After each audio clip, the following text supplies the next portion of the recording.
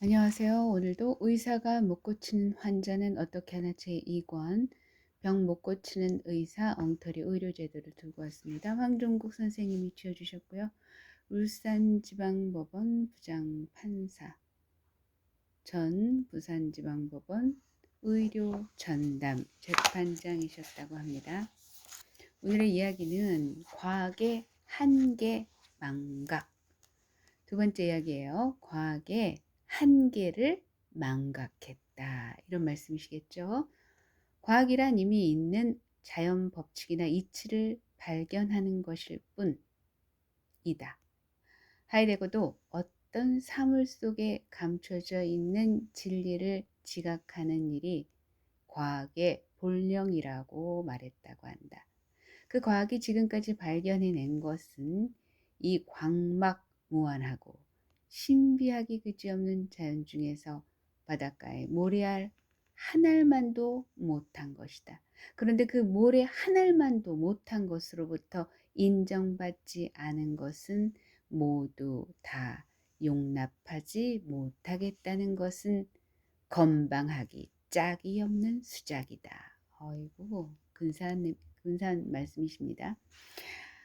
예컨대 엘프리드 토버가 쓴 어느 의사의 고백 김숙진 선생님이 옮겨주셨고요.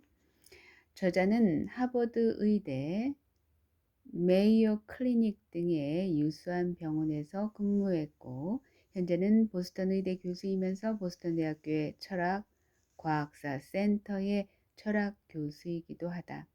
그는 의사 집안에서 태어나 5살 때부터 아버지의 왕진을 따라다녔다. 대학을 수석으로 졸업하고 동기들 중에 가장 먼저 교수로 발령받는 등 엘리트 코스를 밟았다고 합니다. 어느 의사의 고백, 어떤 이야기일까 여러분 궁금하지 않으십니까? 꼭 한번 기회가 되신다면 읽어보시면 도움이 되실 수도 있을 겁니다. 세 번째 이야기는요. 서양 과학에 편중된 사고방식.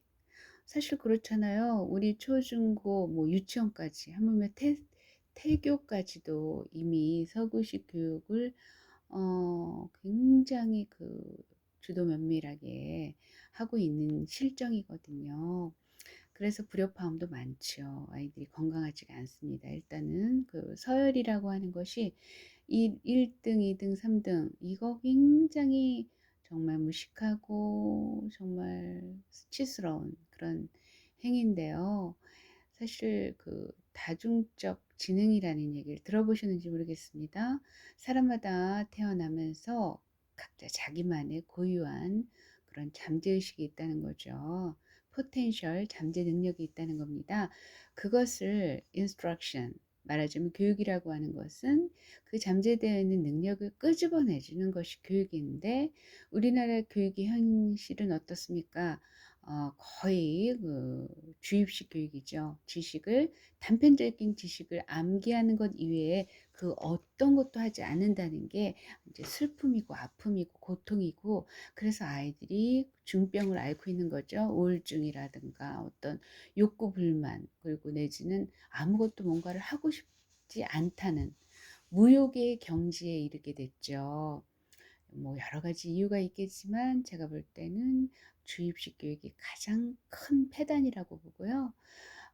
그리고 여러분도 아시겠지만 인공지능이 발달을 하면서 이제는 암기식의 교육이 중요한 것이 아니라 암기 너머 그 내밀한 깊숙한 내면에 있는 무의식의 세계 그것이 너무나 중요한 그것을 놓쳐서는 안 되는 그런 상황에 이르렀습니다. 그 무의식의 세계를 건들 수 있는 것이 무엇일까요, 여러분? 곰곰이 생각해 보면요. 사실은 우리 속에 답이 있습니다. 제가 이제 다음 카페에 글을 잠깐 올리는데요. 물론 제 말은 아닙니다. 고인들이 해주신 귀한 말씀이신데요. 우리 인간을 우리는 소우주라고 명명하셨습니다. 선조분들께서요. 그래서 나 자신을 사랑하라는 거는요. 사실은 나의 치부, 나의 부족함, 나의 단점, 나의 결점 이런 것들을 사랑하라는 얘기예요. 그래야지만이 타짜도 사랑할 수 있습니다.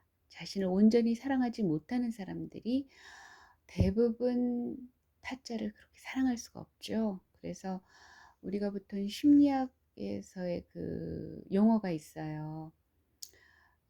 자신을 사랑하지 못하기 때문에 그것을 통해서 타인을 바라본다는 거죠. 그런 안타까운 이 상황들을 우리는 직시해야 됩니다. 그래야지만이 우리 앞으로 도래하는 세상을 맞이할 수 있는 용기가 생기거든요.